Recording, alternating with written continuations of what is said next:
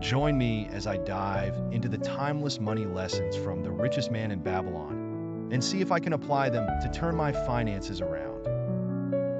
The Richest Man in Babylon, a book written over 90 years ago, is still widely read today, and for good reason. It's a timeless classic that holds secrets to achieving financial freedom, and I'm excited to share them with you. We've all been there, struggling to make ends meet, drowning in debt, and stressing about our financial future. It's like being stuck in a never-ending cycle, and it's hard to know where to turn for help. Many of us live paycheck to paycheck without a safety net or any real hope of ever getting ahead. We're constantly worried about how we're going to pay our bills, and we feel like we're just one emergency away from financial disaster.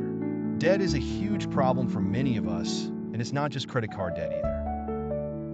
Student loans, mortgages, car loans, the list goes on and on. And to make matters worse, most of us aren't even saving for the future. We're not investing in ourselves or our children's futures, and we're not building wealth. We're just trying to survive, and it's a stressful way to live. But what if I told you that there's a way out of this cycle? What if I told you that there are timeless principles that can help you achieve financial freedom, no matter where you are in life? That's what The Richest Man in Babylon is all about. This book is packed with wisdom on how to manage your money, how to think about wealth, and how to achieve financial independence. So, let's dive in and explore some of the key lessons from this amazing book. One of the most important lessons is the importance of saving a portion of your income. This might seem obvious, but it's something that most of us neglect to do. We're so caught up in the daily grind, and we're so used to living paycheck to paycheck that we forget to take care of ourselves and our futures. But saving is crucial. It's the foundation upon which all other financial progress is built. Another key lesson is the importance of making your money work for you. This means investing in assets that will generate passive income, and it means being smart about how you use your money. The book also teaches the importance of seeking wise counsel.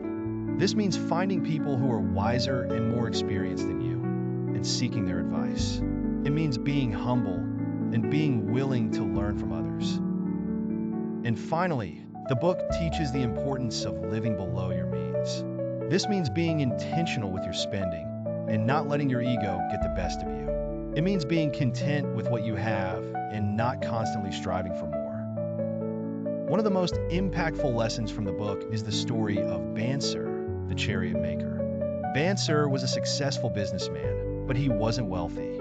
He worked hard, but he didn't know how to manage his money. He was living paycheck to paycheck, just like many of us. But then he met Arkad, the richest man in Babylon, and Arkad taught him some invaluable lessons. Arkad taught Bansir how to save, how to invest, and how to think about wealth. And as Bansir applied these principles, he began to build wealth. He began to achieve financial freedom, and his life was transformed.